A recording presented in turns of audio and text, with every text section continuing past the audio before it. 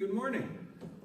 Welcome to St. Paul's Universalist Church. It is good to be with you on this chilly, but not as chilly as one would expect for February morning.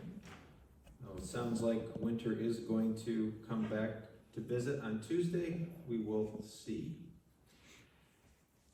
In the way of announcements, I have a message here, an announcement for the most powerful person in this church, and that, of course, is the clerk. The board meeting with our broker is postponed until April 1st at 3 p.m. Okay, kind of give us this economic state of our nation. Hopefully the fact that it's April Fool's Day is not a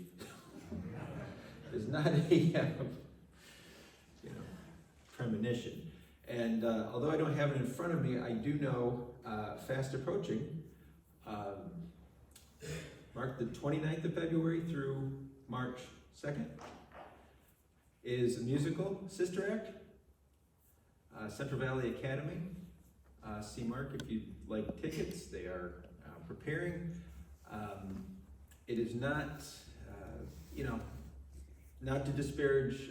I've been working in schools for a number of years, and there are school musicals, and then there are school musicals that are more than school musicals, and those are the nature of the ones that our music director puts on in his day job. So please consider attending. You will not be disappointed. And you'll see half the church furniture up on stage. And you'll see half the church furniture up on stage. So there you go. Oh, that's right. It's set in a, yeah, okay, that makes sense. All right, let us proceed to our call to worship.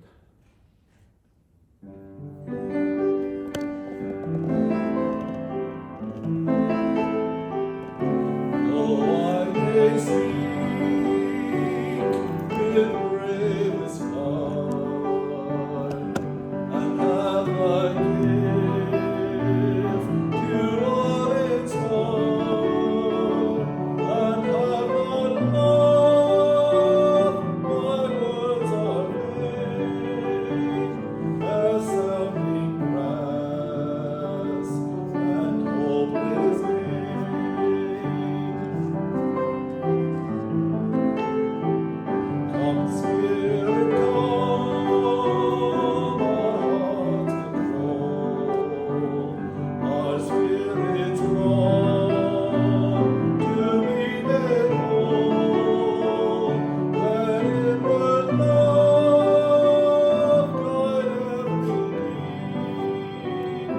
by this we worship and are free.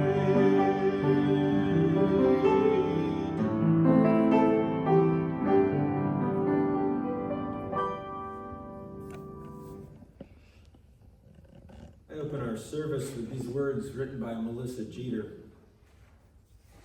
We are grateful to be in the presence of one another. We are grateful for the affirmation that being together in this community brings. Let us have hearts open with humility. Let us find our way mindful that there is an abundance from which we can draw water. The peace of all peace that comes not without struggle or wrestling with the ways of scarcity and individualism in the world. Let us find ways to disrupt injustice. Let us find ways to accept one another while preserving our hearts. Let us go beyond thinking and suspend our judgments. May we be changed and be held in love. May we recognize and receive grace, for none of us alone has the answer.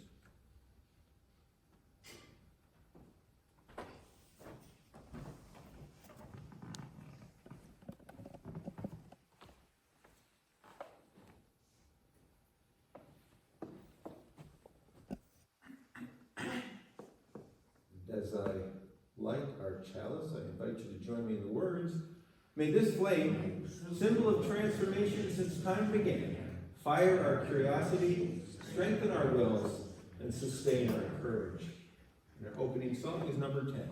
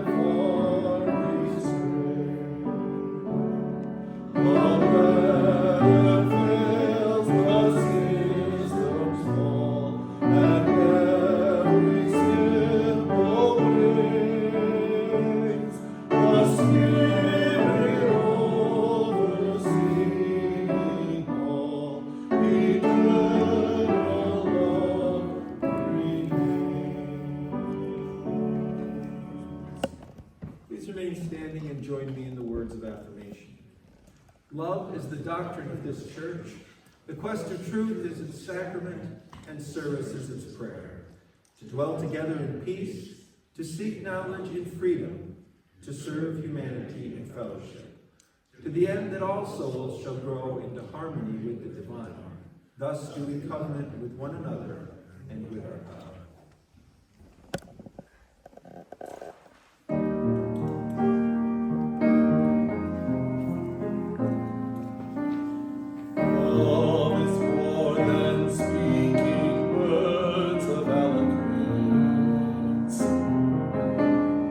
Love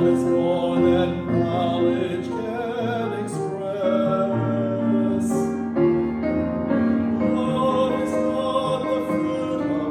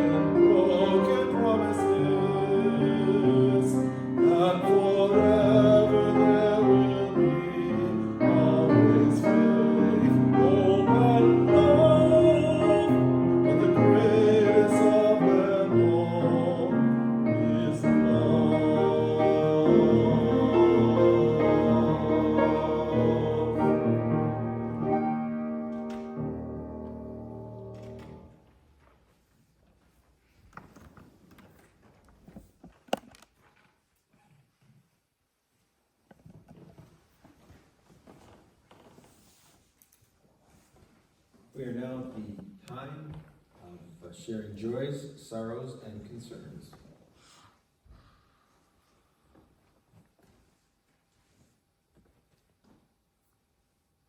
Let's let one for Tim.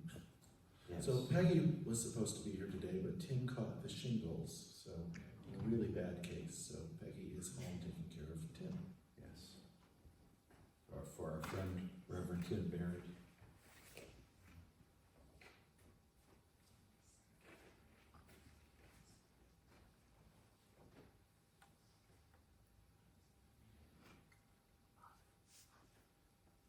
This is a candle of concern for my brother-in-law, Vinny. He is possibly facing some serious health issues, possibly not. He goes to see the specialist on Tuesday, but this is for him.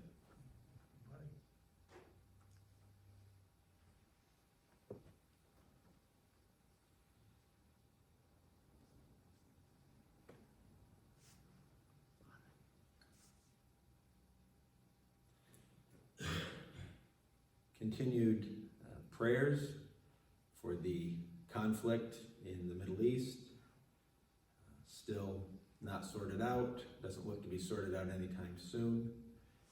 Arguments to be made on either side, as there are in most conflicts, but regardless of the reasons, innocents are getting hurt and dying.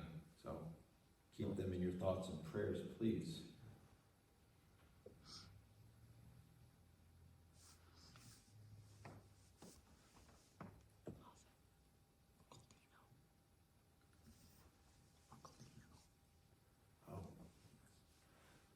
This is in memory of, what's the last name? Roberti. Dino Roberti, a good friend of my wife Dawn's family, who passed away earlier this week after a long illness.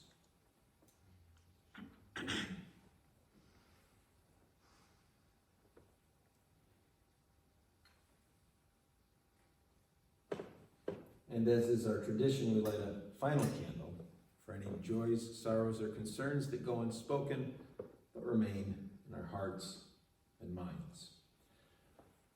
And we will now give and receive the morning offering to support the work, the wonder, and the witness of this community.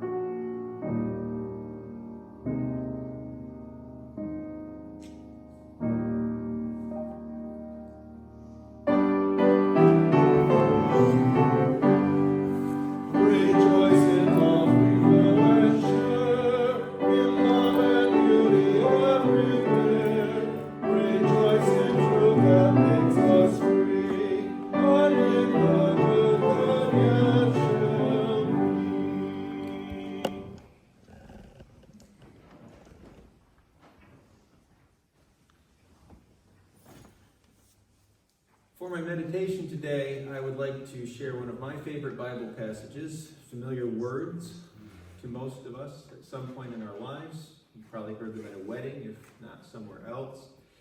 To give you some context, Paul of Tarsus, the same St. Paul that our church is named after,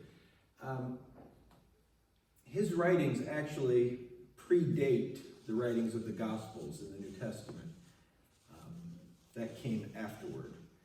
as far as people like writing down the stories of Jesus and his ministry. Paul, of course, was initially someone who persecuted Christians mercilessly and then converted to Christianity. And a lot of the New Testament include his letters because they were kind of figuring it out as they went along, and it was his, basically his letters advising them and giving them counsel for how he thought this should all look. But anyway, this is from the 13th chapter of his first letter to the early Christians in the city of Corinth. If I speak in the tongues of mortals and of angels, but do not have love, I am a noisy gong or a clanging cymbal.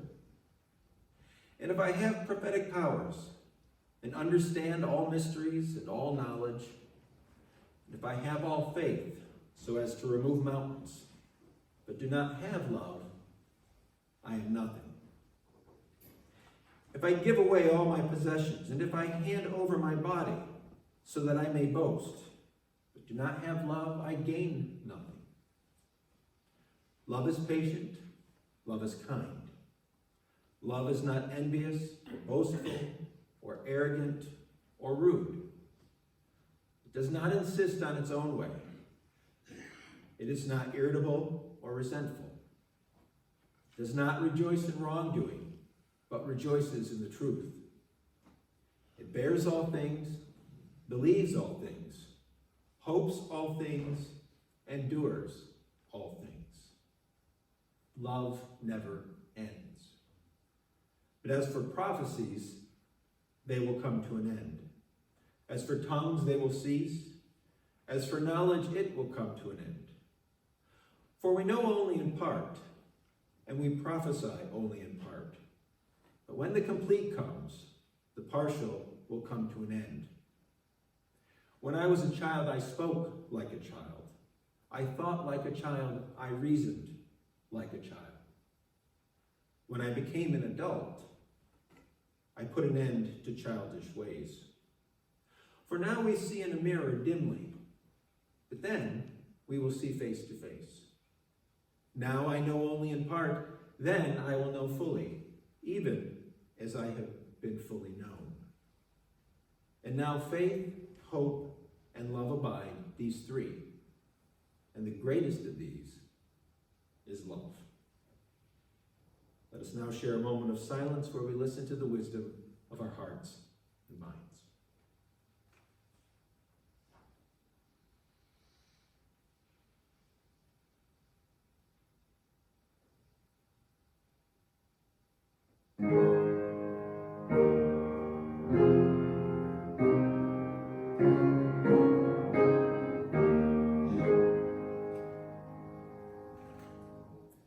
Please join in our next song, number 299.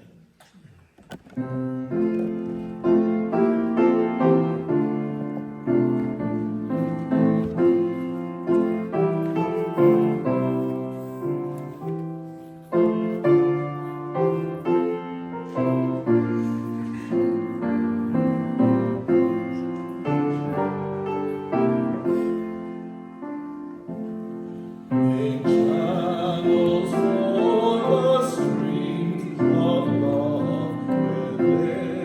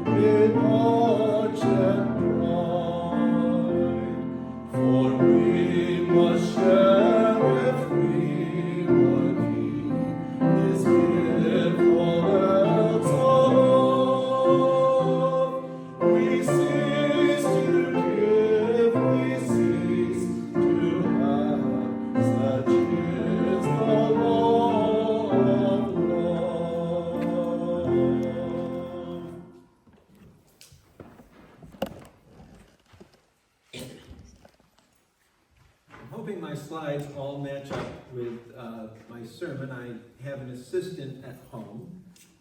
He's cute as a button, and he's friendly. He walks across my keyboard, across my desk, across my surface, and he's not especially helpful, but he is very cute. That's my cat Apache, one of my cats. And anyway, poets write about it.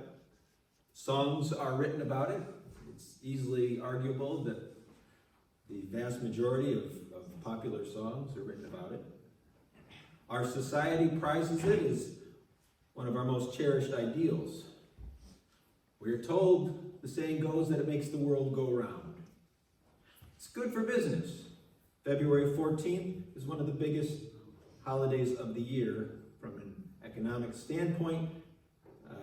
It will generate an estimated $25.8 billion this year. And I would argue that it is the core of our universalist theology. I'm, of course, talking about love.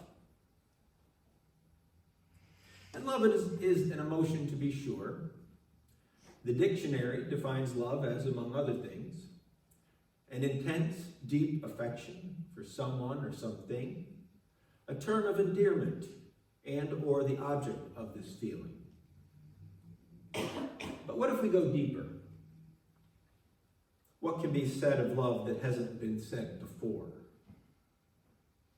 Like so many things in our Western culture, the ancient Greeks had a large impact on the ways and thoughts and manners in which we talk about love. And they talked about three types of love: eros, philios, and agape. Eros is passionate love. It is the stuff of romance novels and movies. It is far and away the main theme of the popular music in our culture, as I said. And when we talk about finding that special someone to date or to marry, we are talking about eros. It is probably, if someone were to just stop you on the street, put you on the spot, and ask you to define love, it would probably be the first type of love that your thoughts would go to. In contrast, philios is the type of love we feel towards our friends and family members. It is brotherly or sisterly love. It's the kind of love you may feel toward your friends, or your kids, or your golfing buddies if they're not beating you too badly. And lastly, from a spiritual standpoint, perhaps the most important, the Greeks spoke of agape. This is the type of love that a lot of the great spiritual teachers are talking about in the world's religions. Agape is love for the broader human community. When we talk of supporting social justice or otherwise looking out for our fellow human beings, we are expressing agape. It is the love we share for the larger human race as opposed to people we know personally. For example, when we do our monthly food pantry collection, we may not know any of the people who would benefit from those contributions, but we still contribute out of a broader love for our fellow human beings. And this sentiment of agape was perhaps best summed up by the great American theologian Friedrich Buechner, when he said that Christianity teaches that loving is more a matter of will. When Jesus told us to love our neighbors, he was not telling us to love them in the sense of responding to them with a cozy emotional feeling. On the contrary, he was telling us to love our neighbors in the sense of being willing to work for their well-being, even if it means sacrificing some of our own well-being to that end, even if it means sometimes just leaving them alone. Thus, in Jesus' terms, we can love our neighbors without necessarily liking them. In fact, liking them may stand in the way sometimes of the way of loving them by making us overprotective sentimentalists instead of reasonably honest friends.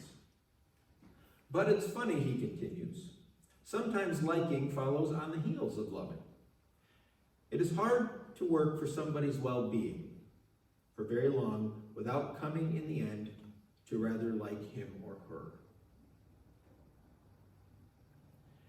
There's one other type of love that I think sometimes gets overlooked, and that is loving oneself. And I think the reason for that is our culture tends to look down at the idea of loving ourselves because it is often associated as selfishness. And while that certainly could be argued, I want to offer for your consideration the work of a gentleman from the 11th century, Bernard of Clairvaux. He was a French monk, fairly influential. I was reading about him. Did a number of things in the medieval church, one of which was there was a debate. One of the popes had died, and they were going to decide the next pope, and two gentlemen came forward and said, I should be pope, and he was asked to come in and settle the matter. But anyway, contemplating, as monks do, he wrestled with the question of how to balance our relationship with ourselves and our relationship with others. And he thought a lot about this, and he wrote down his observations in a work called The Four Levels of Love. See what you think of his conclusions, because I think we can all identify with each one of these levels. I think we've all lived each one of these levels. He said the first level of love can be summed up in this statement: I love me for my benefit. This was considered by Bernard to be the most selfish type of love. A person at this level is basically interested in results that immediately and ultimately benefit themselves without regard for others. Now, as a psychologist, I can tell you that this type of love is entirely appropriate in an infant. Babies cry for food, clean diapers, and comforting arms. Developmentally, it takes them a while to see people as others, like separate from themselves. Babies tend to see in the beginning, everyone is an extension of themselves. Unfortunately, I have met individuals like this, and you probably have too. There are some individuals who never quite outgrow that stage. These are the folks who tend to think that it's all about them. Which leads to the second level in Bernard's analysis. It goes like this: I love you for my benefit. This is the level many of us may find ourselves at with our partners or our children. Another way of expressing it is, I love you because of what our relationship does for me, making me feel valuable and necessary. It is sort of like the golden rule turned inside out. Instead of do unto others as you would have them do unto you, it instead becomes do unto others so that they might do unto you.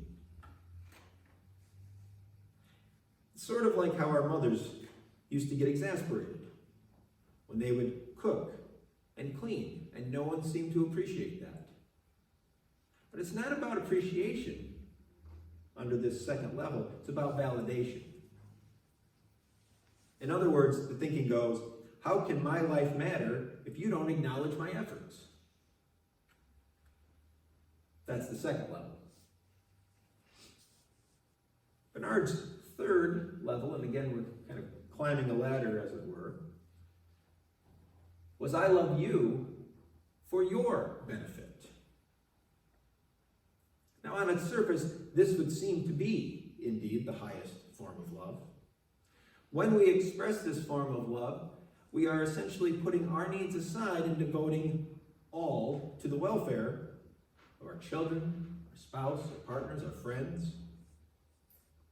That certainly sounds selfless, and it can be, but it is ultimately unrealistic because all human beings have needs. And you can only deprive yourself of your needs for so long. You can't be in a relationship with someone while at the same time taking yourself out of the equation. When you only give and give and give, kind of like a cup, pour, you eventually run dry. And that can lead to exhaustion, it can lead to resentment.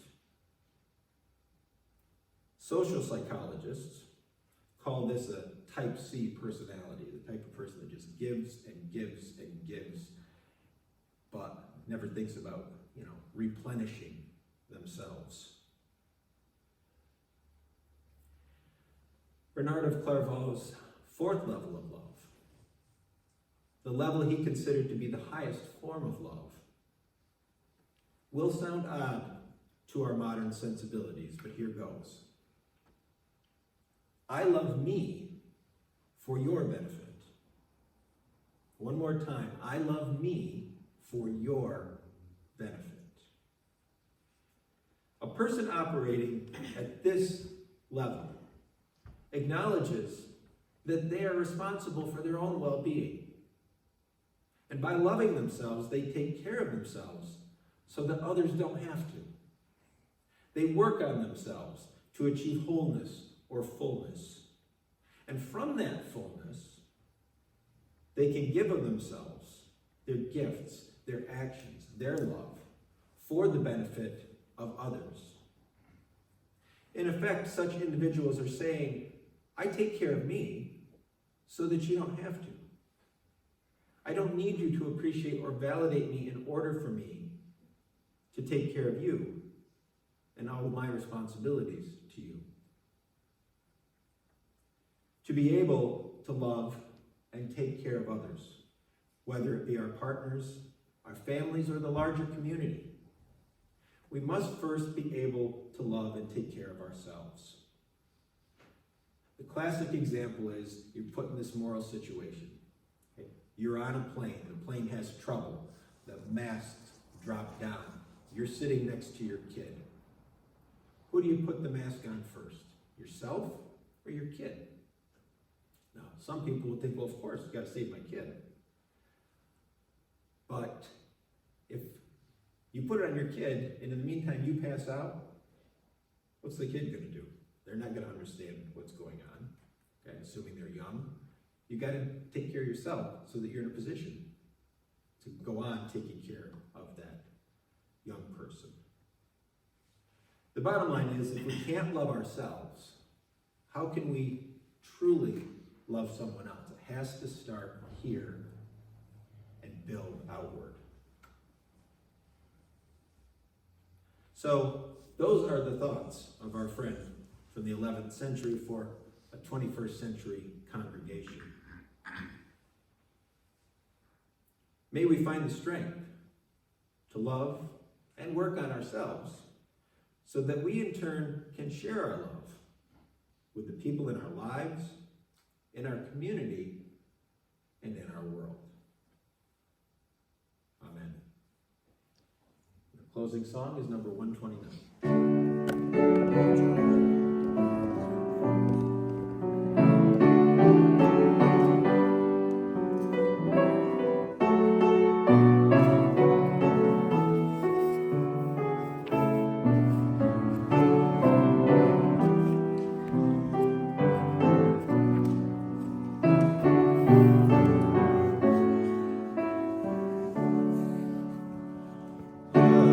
Let love continue.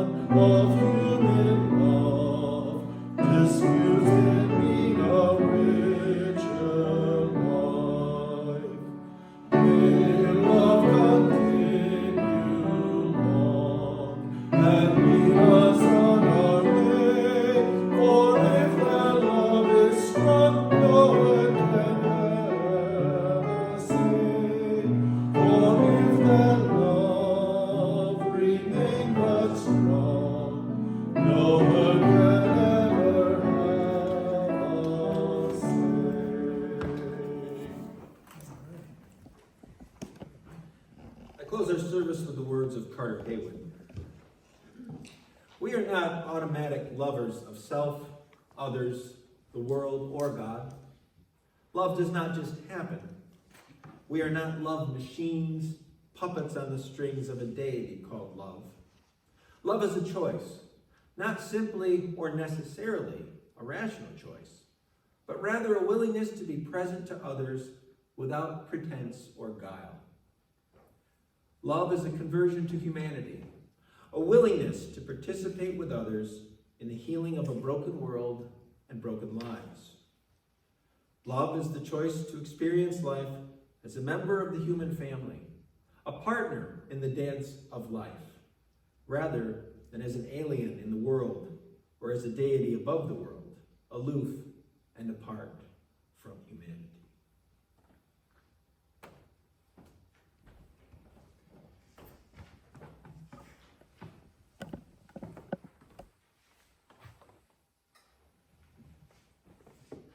Please join me in the words as we extinguish the chalice. We extinguish this chalice flame, daring to carry forward the vision of this free faith, that freedom, reason, and justice will one day prevail in this nation and across the earth.